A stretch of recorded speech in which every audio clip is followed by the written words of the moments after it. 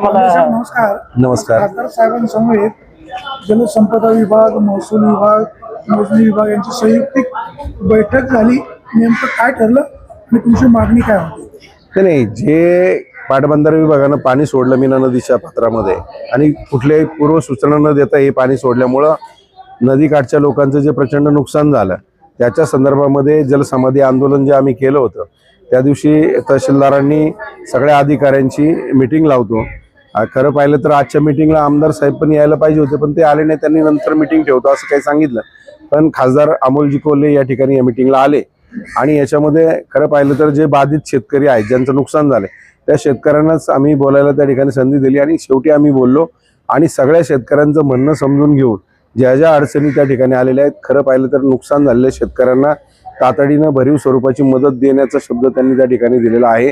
दुसरी गोष्ट, नदीच्या काठ्याला संरक्षक भिंतची ज्या ठिकाणी गरज आहे, ज्या ठिकाणी पिचिंग करण्याची गरज आहे किंवा नदी पात्राचं खोलीकरण करून त्यातील जो गाळ आहे तो बिना रॉयल्टी भरता शेतकऱ्यांना मोफत त्या ठिकाणी दिला गेला पाहिजे. ही नदी पात्रातील थोडक्यात तलावामधील किंवा बंधाऱ्यामधला जो गाळ असेल तो गाळ ज्यांच्या जमिनी खरडून नदी मीना नदीच्या बंधाऱ्यातून नदीला जी बंधारे आहेत अशा कडेला गाळ आहे का?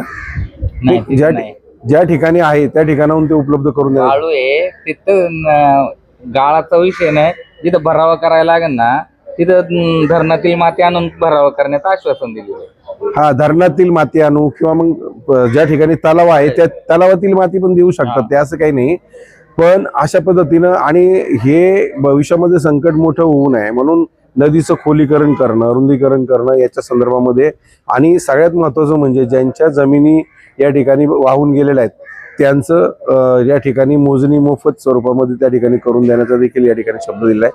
अशा बऱ्याचशा मागण्या सगळ्या शेतकऱ्यांच्या या ठिकाणी मान्य या ठिकाणी केलेल्या आहेत आणि त्याला एक टाइम त्यांना आम्ही द्यायला सांगितलं की ह्या वेळामध्ये हे सगळं कराल तुम्ही. नाहीतर केवळ पुढाऱ्यांसारखे आश्वासनं आम्हाला नको आहे. आम्हाला या शेतकऱ्यांना त्या ठिकाणी न्याय मिळाला पाहिजे ही आमची या ठिकाणी मागणी होती. आणि त्या संदर्भामध्ये खासदारांनी सुद्धा सांगितलंय की तुम्ही किती वेळामध्ये हे सगळ्या गोष्टी करणार आहात त्याचा एक टाइम आम्हाला द्या आणि त्या संदर्भामध्ये ह्या सगळ्या उपाययोजना करण्याचा शब्द आम्हाला संबंधित अधिकाऱ्यांनी तहसीलदारांनी देखील त्या ठिकाणी दिलेला आहे. पाटबंधाऱ्याचे आणि सगळ्या भूमी अभिलेख विभाग असेल, महसूल असेल, कृषी विभागाच्या सगळ्या डिपार्टमेंटचे अधिकारी या ठिकाणी या बैठकीला हजर होते.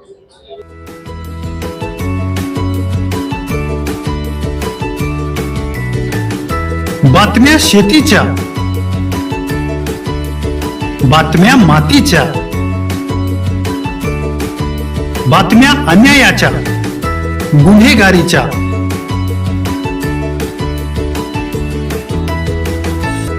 राजकारणाच्या आणि समाजकारणाच्या, शोषणाविरुद्ध बुलंद आवाज, जनसामान्यांच्या हुंकाराची गाज, सत्कार्याला प्रोत्साहन, दुष्कृत्याला अनुशासन, निर्भीड, निस्पृह, सडेतोड, बेधडक आणि रोखटोक म्हणजेच विघ्नहर टाइम्स. शोध बातमीचा, ध्यास सत्याचा. आपलं चॅनल, आपली बातमी. सबस्क्राईब तर कराच, पण बेल आयकॉनवर क्लिक करायलाही विसरू नका.